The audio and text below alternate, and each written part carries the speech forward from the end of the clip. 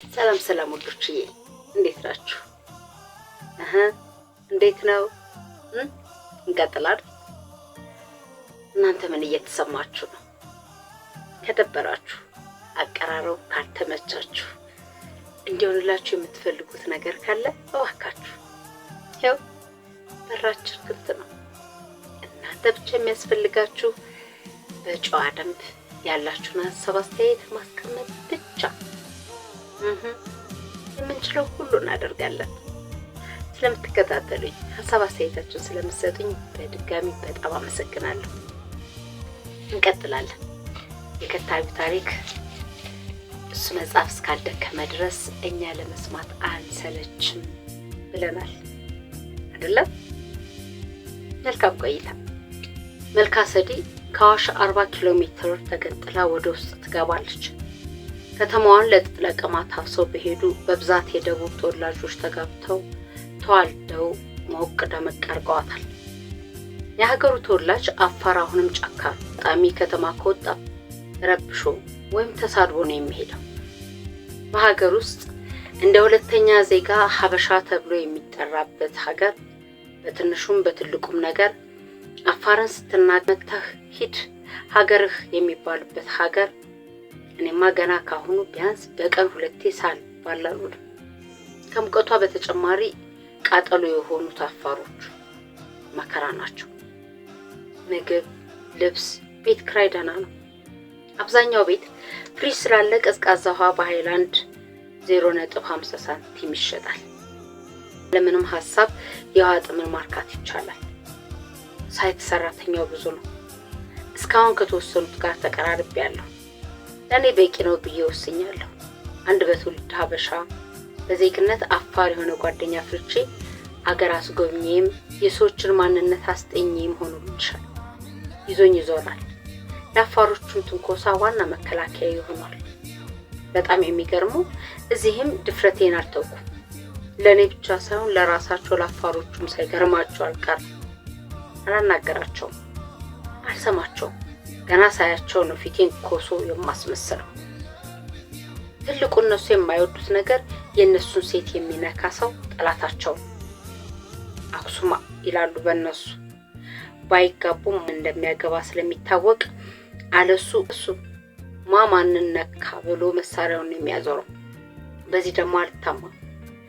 እንደውም ምኑ ስቧቸው ወደ ሴቶቹ እንደሚሄዱ ይገርማል። ንጽህና የላቸው።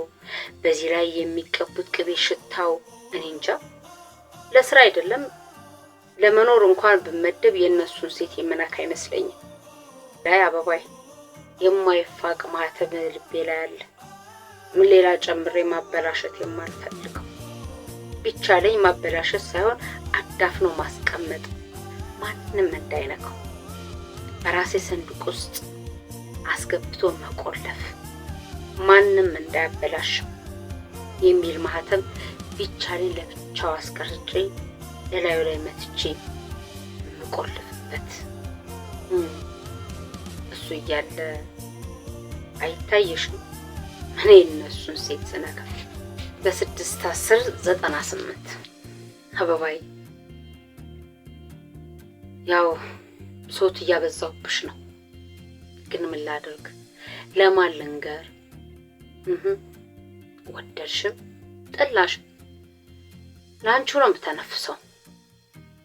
ባይሆን ጆሮ መኮርኮሪያውን ከኔ መኮርኮሩን ካንቺ አድርገንም ቢሆን ተጋግዘን ታዳምጫለሽ። የቁም ቅዠት አሉ አበባይ። አፋር ማለት የማያስፈልግ አሳና አፋር አንድ ናቸው። አሳ ከውሃ ውጭ እንደማይኖር ሁሉ ከክልሉ ውጭ ከሌላ ህዝብ ጋር ተቀላቅሎ መኖር አይችልም በፍጹም።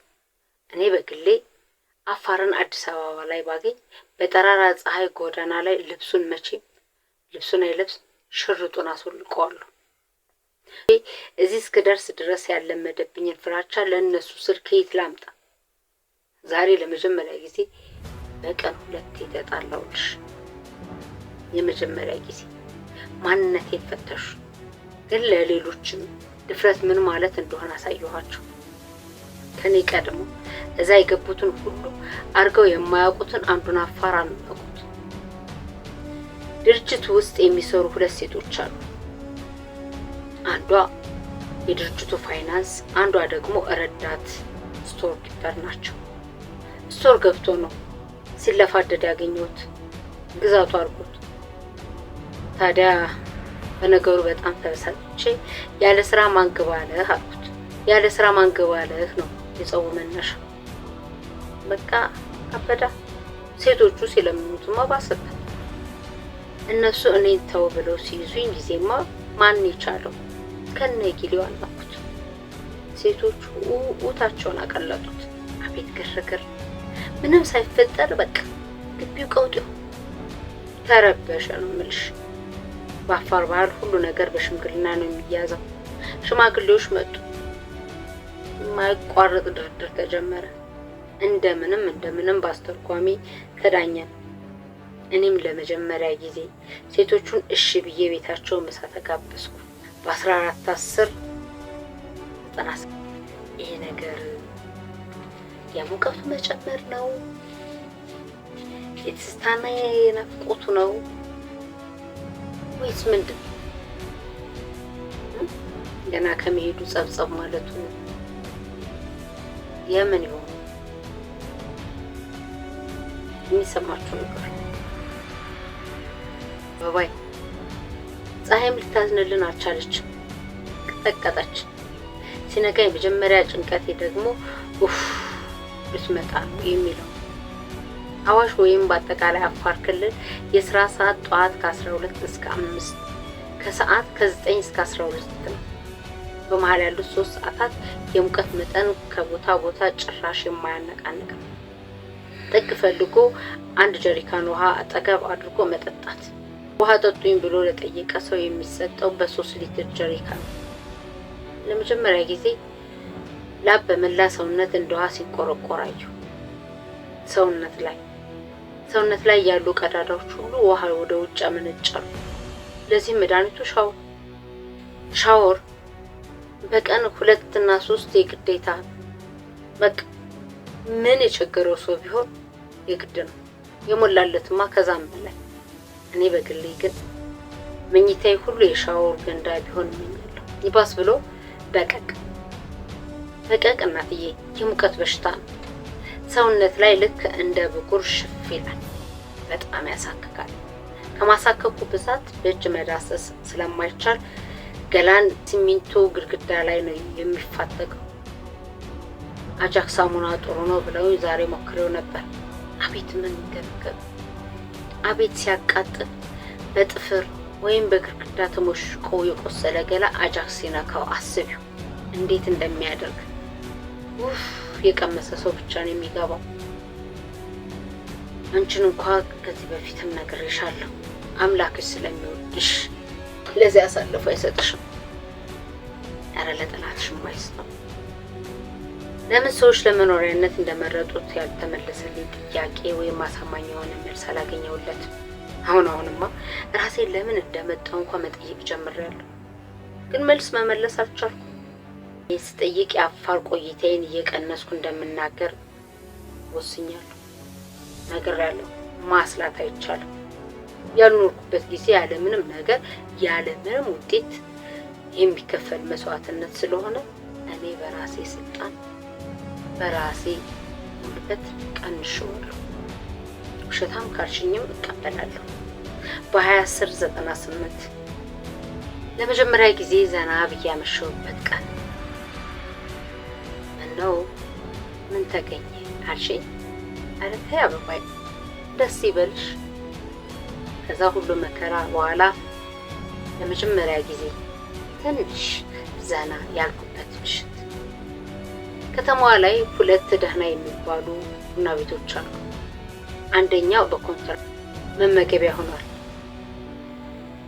ይሻላል። ምግብ ቤቶች የባለቤቶችም ጸባይ ጥሩ ነው።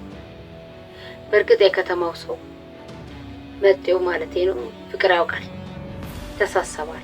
ያው ከአፋሮቹ ጋር ሆድና ጀርባ ቢሆንም እርስ በርሱ ግን ይተሳሰባል። አብሮ ይበላል፣ ያየቃል። ማህበራዊ ኑሮውን በተሻለ መንገድ ያስኬዳል። ሳይት አብረውኝ የሚሰሩ ሁለት ሴቶች አሉ። አንዷ እዛው የተቀጠረች፣ አንደኛዋ ግን የአዲስ አበባ ነች። በቀደም ቤታቸው ምሳ ጋብዘውኝ ነበር። ጥሩ ምሳ ከጥሩ ቡና ጋር። ዛሬ ተራዬን እራት ልጋበዝኳቸው። የወንደላጤ ነገር ሆነና ያው ሆቴል ሆነ እንጂ ወይ ሆቴል ውስጥ ቋሚ ደንበኛ ሆኜልሻለሁ። ወደ ቤተሰብነትም እየተጠጋው ዛሬ ከእንግዳ ጋር ነው ተብሎ በደንብ ያስተናገዱኝ። ጠይቂ ኮራሁባቸው። አላሳፈሩኝማ። እራታችንን በተን በቢራ አወራረድ ነው። በእርግጠኛነት የቢራ ጣዕም የሚታወቀው በረሃ ላይ ነው ብል በፍጹም ማጋነን አይሆንብኝም። ጥሩ ምሽት ነበር። በጣም ብዙ አወራን። ትውውቃችን እዛው በረሃ ላይ ቢሆንም ለረጅም ጊዜ የምንተዋወቅ እንመስል ነበር። ለዚህም ነው ሳይታወቀን ሰዓቱ የመሸው። በረሃ ላይ ከመሸ ሙቀቱ ስለሚቀንስ ሰው ሁሉ ከምሽጉ የሚወጣው ያኔ ነው። ከተማዋም ሲመሽ ነፍስ ትዘራለች። ቀን ላይ ያት ሰው ማታ ትጠፋዋለች። ሞቅ ደመቅ ብሎ መንገዱም ሱቁም ሆቴሉም የሚታዩ ያኔ ነው። እኔ ራሴ በደንብ ያየኋት ዛሬ ነው ብለሽ ታምኚኛለሽ? ለካ በቀን እያየኋት ነው እንጂ ታምራለች አልኩኝ ለራሴ። ጥሩ ራት ከጥሩ ወሬ ጋር። መቼም አበባዬ የምነግርሽ አንቺ በእኔ ላይ ያለሽን እምነት ስለማውቀው። እስኪ ልሳቀው። እንደምትወደጂው እንኳን ለማታውቂ ልጅ ስለ እምነት ማውራት አይከብድም። በ26/10/98 ባለ ታሪካችን እንዲህና እንዲህ እያለ እዚህ አድርሶናል። እንቀጥላለን። ያበባ በየቀኑ ሙቀቱ አዲስ ይሆናል። ምንም ሊለመድ የማይችል ነገር። ሌላ ቦታ ፀሐይ እንዳትወጣ የተከለከለችና ያላትን ኃይል ሁሉ ከነዘመድ አዝማዶቿ አዋሽ ሳትገባ አትቀርም። ግዴለሽም ገብታለች። አልነገረቻችሁማ? ህይወት በአዋሽ እየተስማማኝ ነው። ዘመድ አፍርቼልሻለሁ። ዘመደ ብዙ ጠላው ቀጭን ነው እንዳትይኝ እንጂ። አንድም 3 ቤተኛ ሆኜ ምነው ዛሬ ሳትመጣ እስከ መባል ሁሉ ደርሻለሁ። ተመስገን። እስኪ ቡና ፍሉ። ምነው ቤት ቀዘቀዘ እያልኩኝ በቃ ጠላዋ እንዳማረላት መንጎራደድ ከቤት ቤት መዞር። በቀላሉ የተጀመረው ከስራ ባልደረቦቼ ጋር መገባበዝ ተጠናክሯል። ቤታቸው ከስራ ሰዓት ውጪ መዋል ማምሸት ጀምሬልሻለሁ። ሴቶች ናቸውና ቤታቸው ተጠርጎ ተነጥፎ ጽድት ብሎ ሲያዩት ያምራል። የኛ የወንደላጤዎቹ ነገር ከነሱ ጋር ሲታይ የከብት በረት ነው የሚመስለው። ፍራሹ አይነጠፍ፣ በየቦታው የወደቀ ልብስ፣ ቆሻሻ፣ የጣቢያ ያለህ የሚሉ የተቀየረ ልብሶች። ኧረ ምንና ምን። ለዚህም ይመስለኛል የሴቶቹ ቤት ሳይስማማኝ አልቀረም። ከሰኞ እስከ ቅዳሜ ሙሉ ቀን ስራ ነው። እሑድ ግማሽ ቀን ነው። እሑድን ከሰዓት ከሴቶቹ ጋር መዋል ጀማምሬያለሁ። የማይታጠፍ ቀጠሮ ብለው ሰይመውታል። በሳይት ላይ ሴቶቹን የሚያስቸግሩ ሰዎች ነበሩ። አሁን እኔ ከሴቶቹ ጋር ማውራት፣ በቤታቸው መዋል ማምሸት ስጀምር ደስተኞች አልሆኑ።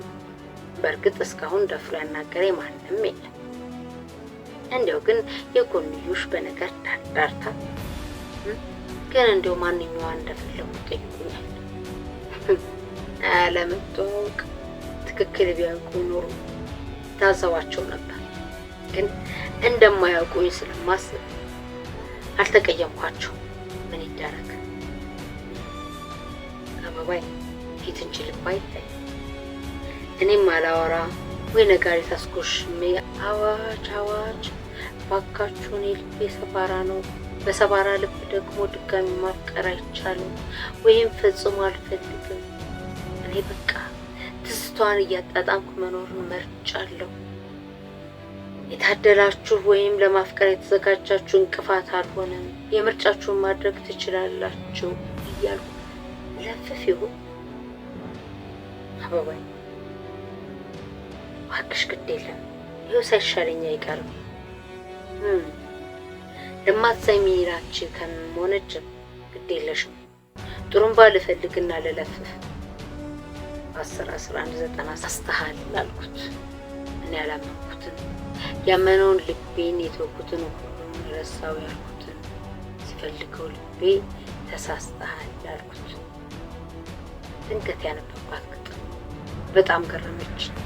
ለኔ ለራሴ የተገጠመልኝ መሰለኝና ተጠራጥሬ ጸሐፊውን አነበብኩት። ያኔ ነው የተረዳሁት ለካ ሌላ ምን አይነት ሰው አለ አልኩኝ። ብቸኛ ባለመሆኔ ታውቂያለሽ ደስ አለኝ። ምንም የባለቤትነት መብት ባይኖረኝም ግጥሟን ከኔ ራሴ አድርጌ ያስኳት። ያለፈ ነገር ለምን መርሳት ይከብዳል? የራስ ያልሆነ ሰውንስ ለምን ከልብ መፋቅ ይከብዳል? መልስ ይኖረው ይሆን? እባክሽ አንድ ቀን ትመልሺ ይሆን?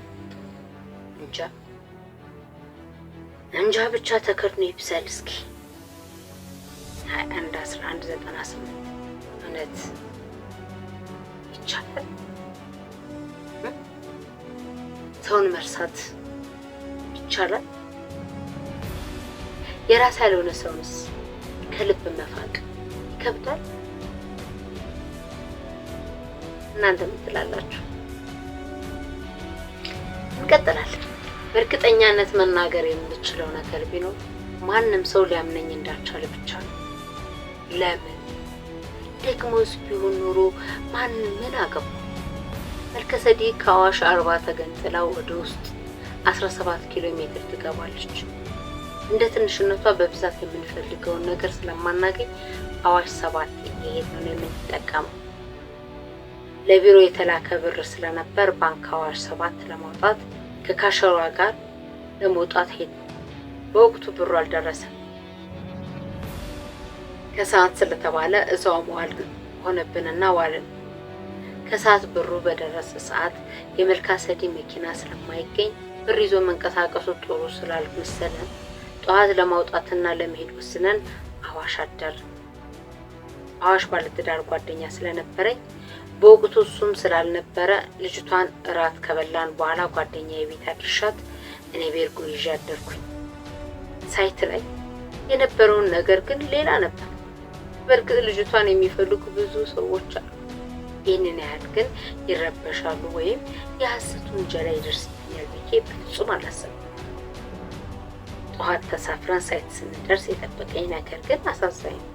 ባስ ብለው አፋቸውን አውጥተው ይዛት አድርጋል በማለት የፎከሩ አዘንኩባቸው። ሌላው ቢቀር የነገርኳቸውን እንኳን እንዴት አያምኑ። በእርግጥ ልጅቱ ምንም አይወጣላትም፣ ግን የእሷን መልክ ብቻ ሳይሆን የኔንስ ማንነት ለምን አያውቁልኝም? ለምን እንደራሳቸው ብቻ ያስባሉ? ልጅቷም ወሬውን እንደሰማች እርግጠኛ ነው። ለዚህም መሰለኝ ማታ ለብቻዬ ማነጋገር እንደምትፈልግ የነገረች። ብቻ አበባዬ እንዳላስቀይማት ፈጣሪ እርዳኝ። የራሴን ሰባራ ልብ መጠገን ያቃተኝ ሰው ሌላው እንዴት መድኃኒት መሆን ይቻለኛል? በ30-11-98 ነፍስ ካወቅኩበት ጀምሮ ለሁለተኛ ጊዜ ሳለቅስ አበባዬ ይቅርበኝ። ያሳዝንሽ ወይ ያስደስትሽ አላውቅም፣ ግን መልካሰዴቅ ከገባሁበት ጊዜ ጀምሮ ሁኔታዬ ሁሉ የሐዘን ሁኔታዬ ሁሉ የማማረር እንደሆነብሽ ሳልገምት አልቀርም። መላርግ ከአቅሜ በላይ ሆኖ ዛሬ ነፍስ ካወቅኩበት ቀን ጀምሮ ለሁለተኛ ጊዜ ሳለቅስ ለካ ማልቀስ መፍትሄ ይሆናል። ታውቂያለሽ እናቴ፣ ቀለል መፍትሄ ባይሆነኝም እንደ ንስሐ ቆጠርኩት። አባቴ ሞተለት አልቅሻለሁ። ለመጀመሪያ ጊዜ የእንባን ጣዕም ቀምሻለሁ። ከለቅሶ በኋላ ያለ ምንም ራስ ምታት አይቼዋለሁ። ያኔ በአደባባይ ተደግፌ ያለ ምን ይሉኛል ነበር አልቅሽ ይወጣልኝ። ያኔ ባለቅስ አባቴን ለዘላለሙ መሸኘቴን እያሰብኩኝ ነበር። ዛሬ በሬን ዘግቼ ድምፄን አጥፍቼ በሁለት ሀሳብ መሃል ተወጥሬ እንዳልራገምም እንዳልማረርም ሆኛለሁ። የሰው ስሜት መጉዳት አይሆንልኝም። የተጎጁ ህመም ይሰማኛል። በፍቅር መጎዳት ህመሙን አውቀዋለሁ። ያ ደግሞ ጉዳቱን በደንብ እንዳውቅ አድርጎኛል። ጉዳቱንም ማወቄ ነው ከሸኘኋት በኋላ ያለቀስኩት። አበባዬ፣ በእርግጥ አንቺ ጋር ምንም ጥፋት የለም። ይሄኔማ ከነመፈጠሬ ረስተሽኛል። እኔ ግን ቁም ነገረኛዋን መሽገር ሆኜልሻለሁ። ታውቂያለሽ፣ ቁም ነገረኛ መሽገር ከቆዳ ጋር ትሸጣለች። ያረሩ መሳቅ። ዛሬም አንቺን አላስደፈርኩም፣ ወይም ደግሞ ራሴ በፈጠርኩት ስጦስ አንቺን ውስጥ ያስቀምጬ በውን ያለችውን ሴት አስቀየምኩ። ስሜቷን ጎዳሁት። ምን ይደረግ? ማስመሰል ብሎ ነገር አልፈጠረብኝ። ቢፈጥርብኝ እንኳን ያንን ማድረግ አልፈለኩም። ደግሞም አይሆንልኝም። ስለ እውነት ለመናገር አበባዬ፣ አንቺን እያሰብኩ ከሌላ ሰው ጋር መሆንን እንደ ትልቅ ወንጀል ነው የምቆጥረው። ስለዚህ ምንም ነገር ሳልደብቅ ሀቁን ነገርኳት። አልተዋጠላት።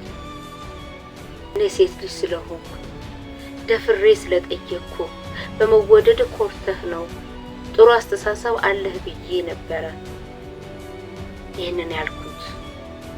ከሌሎች በተሻለ መንገድ ትጓዛለህ ብዬ አስብ ነበር። ለካ ተሸውቻለሁ፣ ፍጹም ተሳስቻለሁ አለች። የኔንስ ችግር ማን ይረዳልኝ? ውስጤን ማን ከፍቶ ይይልኝ? የልቤን ማህተም ማን ይፋቅልኝ? 4/12/98 እናቴ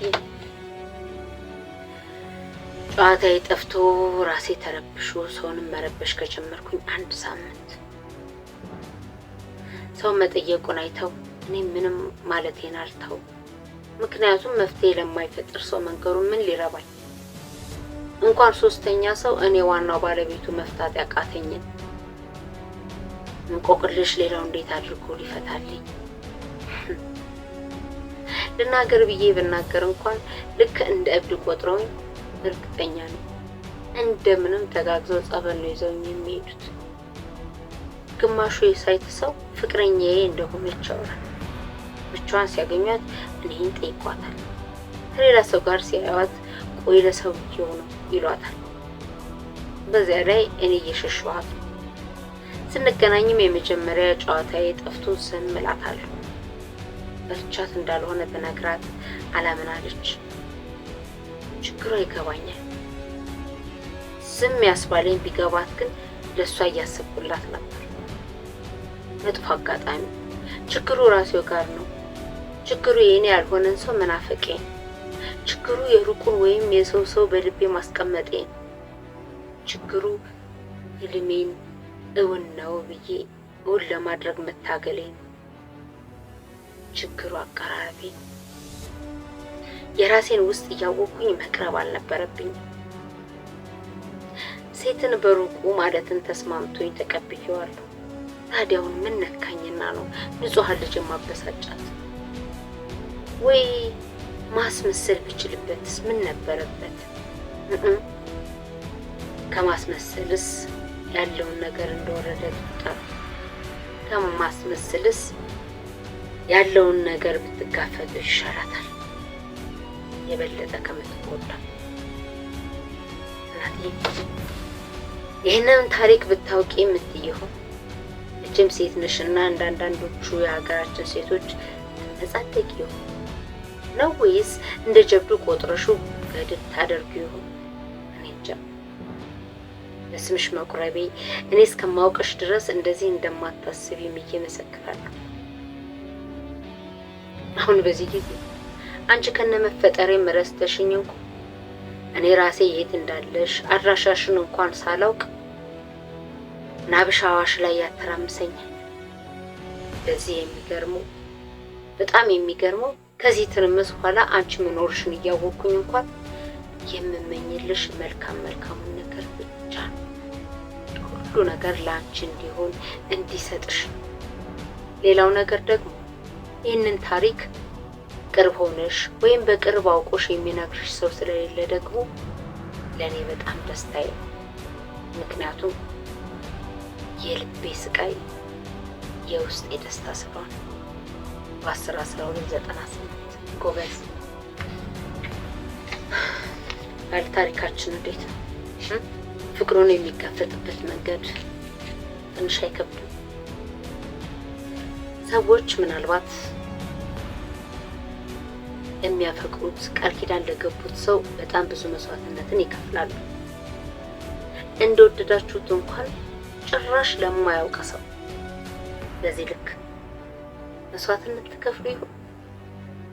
እንጃ። እስኪ የሚሰማችሁን ንገሩኝ። 98 የተወሰኑ ገጾች ቀርተውታል። እንቀጥላለን። ሰው እንዴት በሰው ነገር እየገባ ራሱን ያስጨንቃልና? ምን አለ ሁሉም በራሱ ወይም በሚመለከተው ነገር ብቻ ቢገባ። እንደዛ ቢሆን ኑሮ እኔም አልባላ አልናደድ። እንደዛ ቢሆን እኔም አልጣላ ወይም አልናደድ። ምሳ አብረን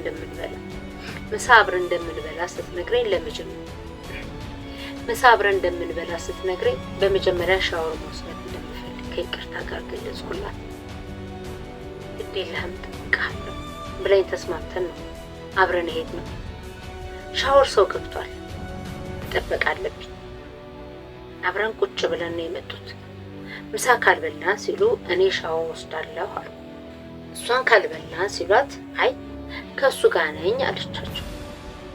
ካልሄድን ብለው ውጥር አረጉ።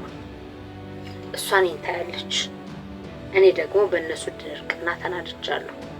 ወይም እየጀማመረኝ ነው ንዴቴ። በዚህ መሀል ነው እንግዲህ እሱ ከፈቀደ ያለችው። ተነሳውልሻ ተነሽና ሂጂ እኔ ቆያለሁ አልኳት። ስትናደድ ፊቷ ሲለዋወጥ ይታወቀኛል። ግን በቃ አንዴ ካፌ ወጥቷል መሆን ስለነበረበት ሆነ። ታጥቤ ስጨርስ ሄድኩ። ምሳ ጨርሰው ቁጭ ብለው ያወራሉ። አልፌያቸው ወደ ውስጠኛው ክፍል አለፍኩ። በአጋጣሚ የምፈልጋቸው ሰዎች እዛ ውስጥ ነበሩ። ከነሱ ጋር ሳይን በላሁ። እዛው ሳልወጣ ቆየሁልሽ። ከነሱ ጋር ትሄድ ብቻዋን ትሄድ ጭራሹን አላሰብኩም። ያነጫንጫታለን ብዬ አልገመትኩም። ፕሮግራሙ ምሳ ስለነበረ አልፏል ብዬ ነው የወሰንኩት። ጉዴን የምሰማው አሁን ማታ ላይ እንዳበሰጫትና እንደምትናደድ በምን ልገምት ነው? እኔም ማቀው አልሆንሽም ከኔ ጋር ብትሆኚ በጣም ታዝኛለሽ ማለቴ ነው። ሌላው ሰው የሚያወራው ግን ታይ ንጹህነታችንና እኔና አንቺ ካወቅን ይበቃናል ነበር ያልኳት። ያሳዝናል። እኔን አልተቀበለችኝም ማለት ነው። ከኔ ይልቅ የሰዎቹ ወሬ እየገዛት ነው። ምናልባት በሴትነቷ ለይዟት እንደው ብዬ ከተወራብኝማ ብላ ይሆን ብዬ ብዙ መከርኳት። ያቅም በራሴ ግን በጣም እየተበሳጨሁ ነው። በዚህ መቀጠል ስለማልፈልግ በዚሁ ከቀጠልን ስራውን ሁሉ ለቃለሁ። 17/12/98 መካከለኛው አዋሽ እርሻ ልማት በግዛትነት በጣም ሰፊ ቦታ ነው የያዘው። መልካ ሰዲ ላይ ዋና ቢሮውን አድርጎ ቅርንጫፎቹን ግን ሰፊ ቦታ ይዞታል። እስካሁን በአይን ጌታ ብቻ ስር ነበር የማውቀው። በተጨማሪ ስማቸውን ሲጠሩ ሰማለሁ። ሙዝ ካምፕ 4ኛ፣ 7ኛ፣ መልካ ወረር፣ አምኒባራ። እነዚህ ሁሉ የጥጥ እርሻው የሚሸፍናቸው ቦታዎች ናቸው። ትርጉሙን አላውቀው። የጥጥ ዋናው መዳመጫው ፋብሪካ ያለበት ቦታ ነው። ከመልካ ሰዲ 15 ኪሎ ሜትር ይርቃል። ያ ሁሉ በመሃል ያለው ቦታ በጥጥ የተሸፈነ ነው። መንገድ፣ ሌሊት መንገድ፣ ማታ መንገድ። እናቴ ከአንድ ሳምንት በኋላ መኪናው ስራ አስኪያጁን ይዞ አዲስ አበባ ሄደ። እስኪመጣ እዚሁ መቀመጥ ያለበለዚያ በቃ መጫኛ ጋሪ መመላለስ የሚል መርዶ መጣልኛ። ባጭሩ ወይም በሌላ አማርኛ የጨው ውሃ መጠጣት ወይስ እየተነጫነጩ 1 ሰዓት መጓዝ ወይስ እየተንገጫገጩ 1 ሰዓት መጓዝ ነበር ምርጫው። እኔም መረጥኩ። የጨው ውሃ ከምጠጣ እየተንገጫገጭኩ እጓዛለሁ። መጀመሪያ መንገጫገጩ፣ ነፋሱ፣ አቧራው አቤት ሲያስጠላ። ማታ አስታጥቤ ገና ጎኔ ፍራሽ ሲነካ ድብን ያለ እንቅልፍ ድካሜን ያስረሳኛል። ችግሩ የሌሊቱን በ11 ሰዓት ለመጓዝ 10 ተኩል መነሳት ያስፈልጋል። መታጠቡ፣ ሽንት ቤት መሄዱ 30 ደቂቃ ቢወስድ በ11 ሰዓት በትራክተር የሚጎተት ጋሪ ላይ ሆኖ መናጥ፣ እዛም ደርሶ ስራ ሌሊት ተነስቶ ቁርስ የሚሰራ የለ፣ እዛ ደርሶ የረባ ቁርስ አይገኝ። ቅጣት ይሁን ስራ እንጃ። እናት ግራ ግብት ያለው ነገር። ሁሉም ቁርሱን ቤቱ ሰርቶ ይመጣል። እኔ ቤት ያለው ሃይላንድ፣ እሱም ቁርስ አይሆን እንደምንም ምሳ ይደርስና ለመብላት መከራ። ወጡ ጨው፣ ውሃው ጨው፣ ጨው በጨው። አቤት ኑሮ! ትንሽ ነፍሴን የያዘችልኝ ቀዝቃዛ ሐራ። ምን ይደረግ? ኧረ ተመስገን። እሱም ይሄንን ሁሉ ምሳም የውሃ ጥምን ብቻዬን አልችልም እንዳይል እንጂ ሌላው ግዴታ። ሳምንት እየመጣ ነው። እኔም ትንሽ ቀዝቀዝ ለማለት ቸኩያለሁ። ልብስና ሱሪ ማድረግ፣ ጫማ ማድረግ ናፍቆኛል። በጫማ መራመድ ሳይጠፋኝ ይቀራል ብለሽ ነው? በጭቅጭቅ ለ5 ቀን ፍቃድ ወሰድኩኝ። በቃኝ። ሁሉን ነገር ማሳረፍ ፈልጋለሁ። አካሌ፣ አይምሮዬ። አዲስ ዓመት አዲስ ነገር ይዞልኝ እንደሚመጣ ባያመጣልኝም እንኳን ያረጉን እንዲቀንስልኝ ጸሎት ጀምሬያለሁ። አደራህን አምላኬ፣ አምና ያየሁት እንዳትደግሞ። ሁሉም ነገር መልካም ሆኖ ዓይንሽን ለማየት እንዳምና ሁሉ ዘንድሮ ጓጉቻለሁ። በ1/13/98